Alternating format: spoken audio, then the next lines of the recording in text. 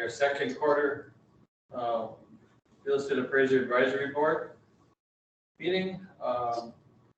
Just a quick reminder, the board advises and provides input and suggests best practices to the Commissioner of Commerce regarding real estate appraisers, and it's including but not limited to our licensing, public disciplinary matters, continuing education, and other industry-related trends.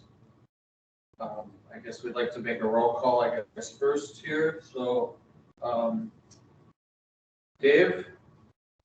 Present. Ken? Present. Terry? Is Byron on? Janine? Present. And Peter? So. Present. All right. And first, the next thing on our agenda is the approval of last meeting's minutes from January 20, 2022. Has everybody had a chance to review those? Any questions, comments? And if none, I could get a motion to approve.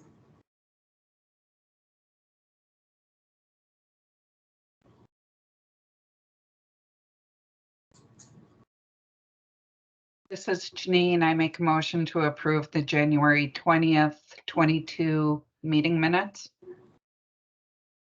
Is there a second? This is Ken. I second the approval. Okay, all those in favor say aye. Aye. Aye. Approve, or anybody not approve it? Okay, thank you.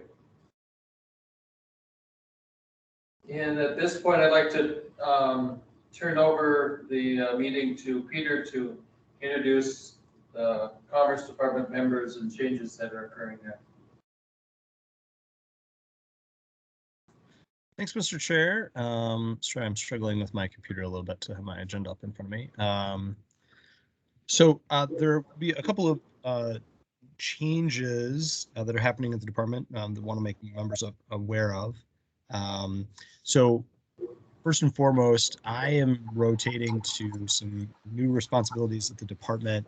And so the licensing team is now reporting up to our Chief Operating Officer and Deputy Commissioner, Tim Janke, but that is through a new position that the department has created, which Jackie Olson, who board members know, has stepped into a senior director role. So I'm really excited about that for a number of reasons, but in this context, it's going to be really nice to have some continuity there. So Jackie will be, after this meeting, stepping in and replacing me as the department's designee on the board going forward. I'll still attend meetings to talk about legislative issues, but in some ways, Jackie and I will be flip-flopping roles.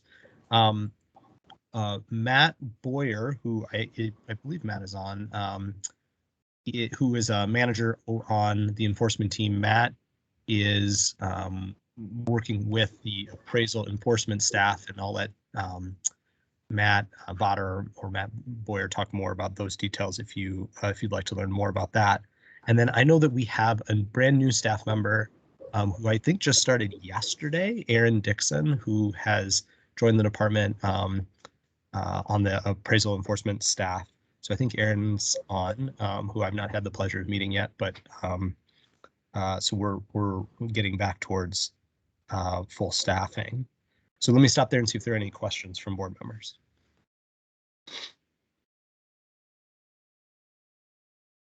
Any questions?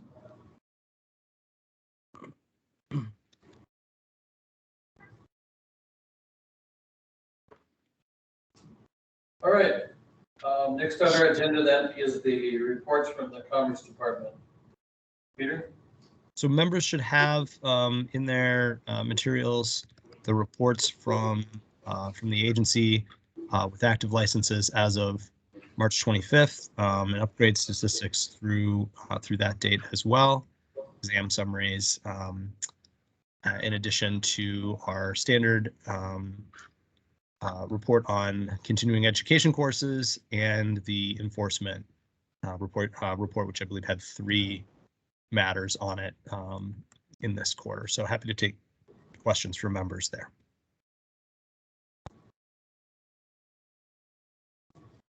Anybody have any questions on the enforcement matters?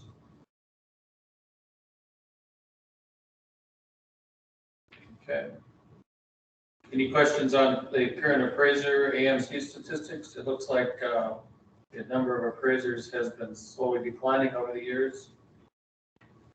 But there has been an uptick in the number of trainees from last year, I think, if I remember right. That's good.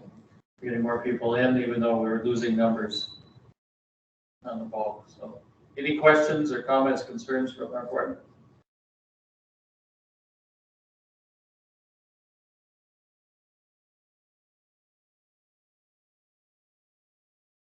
All right, then on to our legislative update. Peter, what do you have for us on that?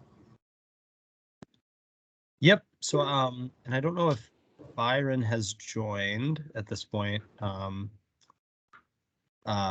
just scrolling through really quick. Looks like he's not on yet. Okay. So, certainly don't want to speak on behalf of the North Star chapter, but we have the department and the North Star chapter were able to reach an agreement on some language on their bill that they brought forward that Representative O'Driscoll and Senator Weber are carrying. And so that bill was heard in both of those two committees and in before the deadlines, and the House bill was folded into the House Commerce Omnibus Bill, which is House File 3607.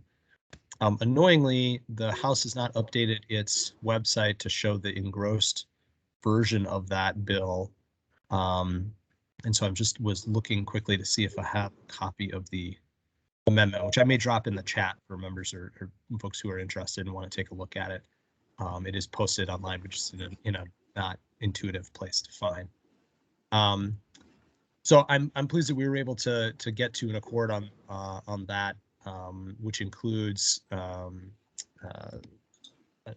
3 or 4 things, which are the biggest thing is an allowance for appraisers who take out-of-state continuing education courses to create a mechanism for them to bring those courses to the department and receive credit for them towards their Minnesota license, even if that course is not approved for a credit in Minnesota before it is offered. There was also a change to a technical change to the valuation bias course requirement language, which just made it easier for us to administer, an allowance for appraisers to perform minimum damage acquisition reports, and then a change in the AMC statute, which would eliminate the department's ability to set a fee schedule. So those provisions are moving forward, both on an individual basis as a standalone bill, and then also as part of the House Omnibus Bill. I suspect they will continue to travel in both ways, and by the time we meet again in our next meeting, hopefully they will be over the finish line. I would also note that the provisions of House File 3345, which were the changes that we had worked on with a large stakeholder group, including appraiser representatives, related to continuing education courses and making the language in Chapter 45 that folks who are in the CE ecosystem use a little bit plainer and easier to use, has also moved forward. That standalone bill has also been heard in both bodies. The language in the House is also, again, traveling in the House Omnibus Bill. That one, we'll see how that one goes. That one, I think, is not the same in both bodies the way that the earlier bill is. So we'll see how that lands ultimately as we move towards the end of session, but it is continuing to move. Happy to take any questions, Mr. Chair. Questions from the board members?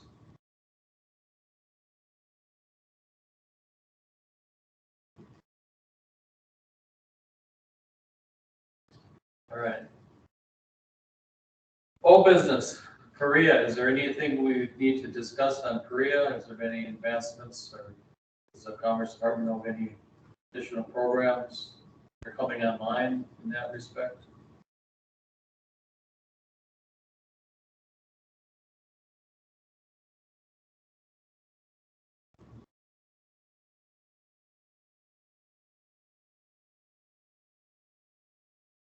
Any comments on Korea?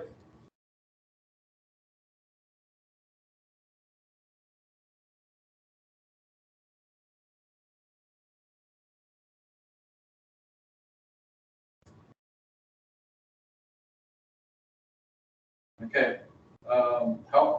Peter, so how is the Commerce Department doing that? Is that a all or none on the education experience, will it actually be experience side? Or is there partial credit going to be approved in the state, or how are we looking at that, Department of Commerce? Mr. Chair, I don't know. I wonder, Pete Bratch, if you're on the line, not to put you on the spot. I don't know if we have gotten, hi, Pete. I don't know. I think last we talked about it, I'm kind of going into my memory bank. There had been maybe one course that was getting worked on, but I don't know if it had actually gotten to the department for approval yet. Okay. Well, I'm not aware of anything that's come in for our approval, but Brian, if you were asking, once we receive applications where the applicant has gone through a PREA program, whether Minnesota would be a state that accepts all or part of that, was that your question? Yeah, that was my question. I mean, I think it was originally designed, it would be replacing experience completely. Is the state looking at it from that perspective, or are they doing a hybrid, or how do you guys view this? We, Chapter 82, when it comes to education and experience for pre-license requirements, says that we follow the criteria. So if the criteria, as it does, allows 100% to be done in PREA, and that's what happens, we will accept that.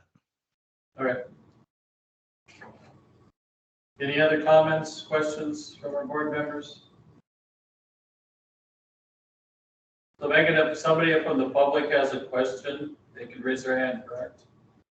Correct. They just need to use the raise their hand function. I can unmute them. And then we could recognize them and they can speak. Okay. We're going to move on to new business on PAVE. The White House has come out with a document recently. I'm not sure how many of you had the opportunity to look it over or at least get a review of it. Do we have any comments, questions, concerns about that? I can't remember what the acronym means exactly, but it has to do with non-discrimination based on collected or selected classes or protected classes.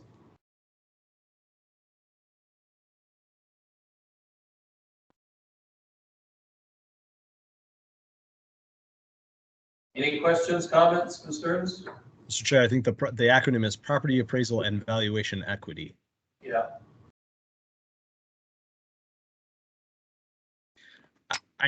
I think I would just sort of putting this out there for the department. I think that we are really interested, very interested in getting feedback from the board on the action plan that the White House announced. Obviously, there's congressional interest as well, and whether or not this is something that we should be emulating either in part or in full here in Minnesota. So I think this is something that we would really value input from the board on at the agency. Yep. Dave raised his hand. So. Yeah, I mean, I guess I was gonna maybe potentially punt a little bit on Peter's request, only because the report outlines a number of recommendations, not necessarily specific expectations around what changes would be appropriate and that would kind of have the largest impact. So the foundation has announced it's looking at a number of issues that it's reviewing. There's a section in there regarding state regulatory activity, and so I know that at the upcoming Aero conference that's coming up in May, there is a panel. Well, PAVE is going to be discussed. Melody Taylor, who is the co-chair of the PAVE task force, will be presenting the PAVE report to state regulatory agencies and other, stakeholders, attendees. And then Jackie, as well as myself and another member of Clear Capital, are actually hosting a kind of a roundtable round robin to get feedback from state regulators on their perspective. Maybe we can make it an agenda item for our next quarterly meeting, which I think is going to be in June, and we can kind of summarize the feedback that we're hearing from state regulators generally, and then maybe provide some additional context on what we might be hearing from appraisers and AMCs. I think that'll give a little bit time for this report to have more time for review and feedback and discussion, so that we can maybe get that back to this group at the next meeting. All right. So it sounds like we don't have much right now that we could discuss. Probably more after May. Is our next meeting, is it June or is it July 14th? I wasn't sure. That might have been a. Megan, can you, I think you sent out. I think it is July. I think it is July 14th. July 14th. We can talk about. July 14th at 1 o'clock. Okay. All right. Is there anything else on PAVE? Otherwise, I will ask for any other matters or public comments. So, board members, is there any other matters that you would like to discuss before we go on to any public comments or questions? Mr. Chair, there's maybe a couple things that I can bring up from a residential standpoint that has transpired since our last meeting, more for just awareness. One item that has came up is for our residential appraisers is that Fannie Mae has adopted the ANSI requirements for residential appraisals, and that is effective for all appraisal reports with effective dates on or after April 1st. So that is something relatively new and pretty big for our residential appraisers. Although that requirement, Fannie Mae is the only GSE that has formally adopted that requirement. I do believe that there are other lenders in the industry that are adopting that, regardless of who the GSE is that the loan is being sold to. So fairly big impact for our appraisers there, but probably overall pretty positive in trying to gain some consistency on measurement standards for residential appraisals. So that was one thing. And the other item that was pretty big in the residential side of things is that both GSEs, being Fannie Mae and Freddie Mac, have added the desktop appraisal report to their selling guides as an official appraisal product that's now approved and in their selling guides. So that is a new appraisal product that is being offered by many AMCs and lenders in the residential real estate space. So another opportunity out there for our appraisers to take advantage of. Can you explain that a little bit more, Ken? What you said, best comp? Desktop appraisal. Oh, desktop. Okay, I understand it now. Desktop appraisal. Yeah. Okay. Yep. And a unique requirement with that desktop appraisal is that it does require a floor plan to be included. That is a requirement of the desktop appraisal, that the appraiser has a floor plan that they provide with the completed appraisal. So a little bit different. How are you going to get that done if you're doing it from your desk? Where's that information coming from? Yeah, that's a good question, but the GSEs are really leaving that up to the AMCs and the lenders to work that part of the process out. There's a number of different ways appraisers can obtain that information. I know, like from our perspective at Clear Capital, we have a measurement tool. We are sending an inspector or a broker out to the property to obtain that information, to obtain a floor plan that will be provided to the appraiser to incorporate into their appraisal report. So there are a number of different ways the industry is attacking that and getting a floor plan completed. Some of that is through the agent that's out at the property. Some of that could be done through the homeowner, could be done through inspectors. There are a number of different ways that floor plan is going to be obtained, but it is something the GSEs are leaving to the industry to figure out, but it is a requirement of that product to have included. All right, thank you, Ken. Yeah, you bet. Any other questions, comments, or board? Any other matters we want to bring up? All right. Anybody from the public, do you have any questions, comments that you'd like to address to the board? You can raise your hand, we can recognize you.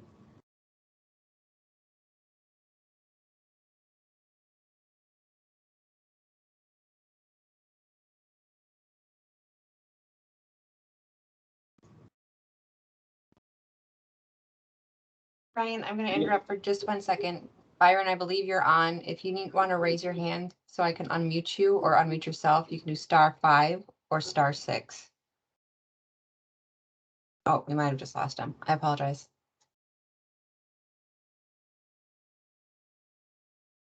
I've also been texting with him, trying to get him online. So not for lack of trying on his part. The technical difficulties have bedeviled his attempts to get on into the meeting. Let the record show.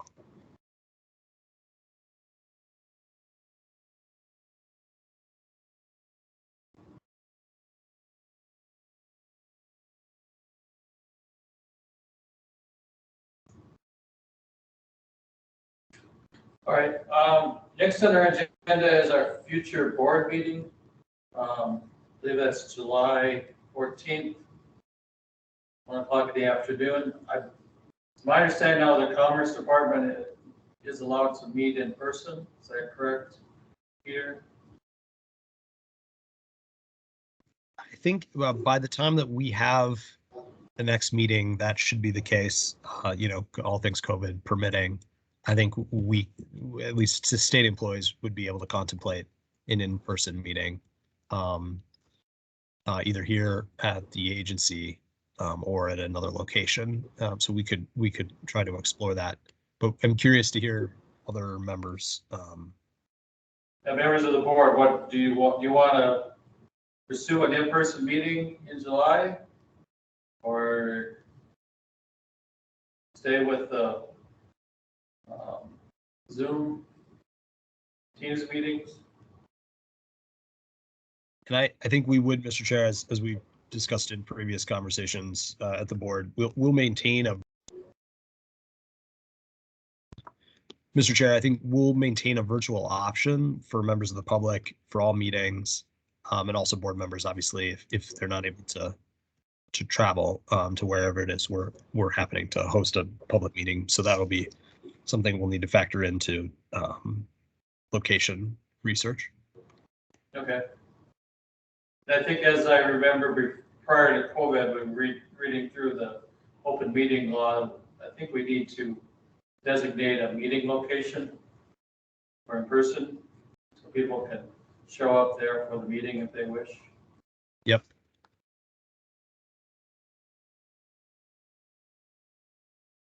Any comments from our board? Would we pursue a in-person location? I would suggest maybe the St. Paul area or somewhere in the metro for July. Yeah, I'm in favor of an in-person meeting if it works out. I like the ability to have both options for all scenarios that could come up, but I'm in favor of an in-person meeting if it works. Anybody else have comments or concerns? Janine, does that sort of work? I have no idea what the county is doing from an in-person meeting standpoint. Is that something that's in the universe of the possible for you, or do you not know yet? Effective June 1, we can have in-person meetings. I think one thing that we'll want to think about logistically, and we can talk more about this as we move forward, is I think we'll still want to have folks sort of bring their laptops so that we can be on video as we're having meetings, even if we're gathered in person. That's something that observationally the legislature has employed pretty well. So just something for you to think about. But I think maybe for simplicity's sake, it might be easy for us to try to host it here at the department for this first one, to give it a trial run. And we know we've got the technology set up in our large conference spaces to be able to try to host something there. But then we can also try to explore some other options on the logistical side, Mr. Chair, and circulate those to board members and try to get that locked down in no later than June, so everybody knows where they're going in July. All right. Sounds like a good idea.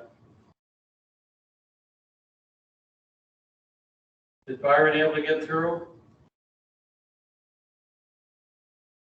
He should be on. I don't know if he can unmute himself yet. Byron, I need you to use the raise your hand function doing a *5 on your phone, and then I can unmute you so you can talk.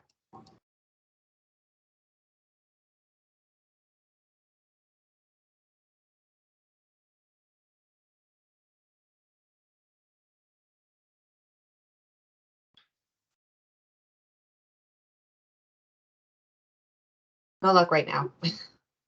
But he is on, and from what I can tell, he is on and can hear. Okay, I just want to make sure everybody had, all the board members have opportunity to bring up any issues they might have before we close the meeting out.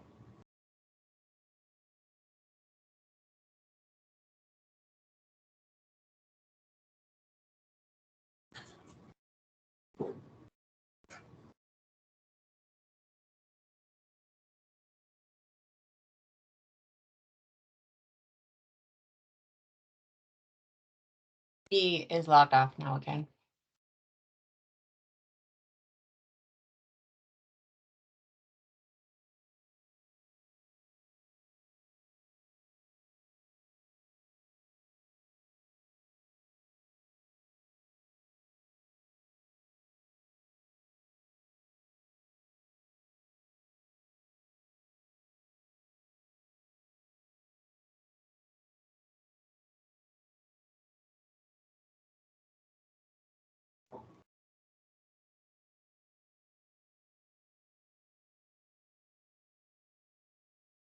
It looks like Byron's had trouble getting on. He's been trying for half hour or more.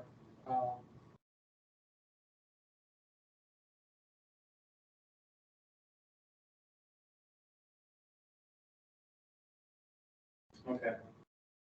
Is there anything else that we need to address or at this point? If not, I would be open to motion to adjourn, I guess.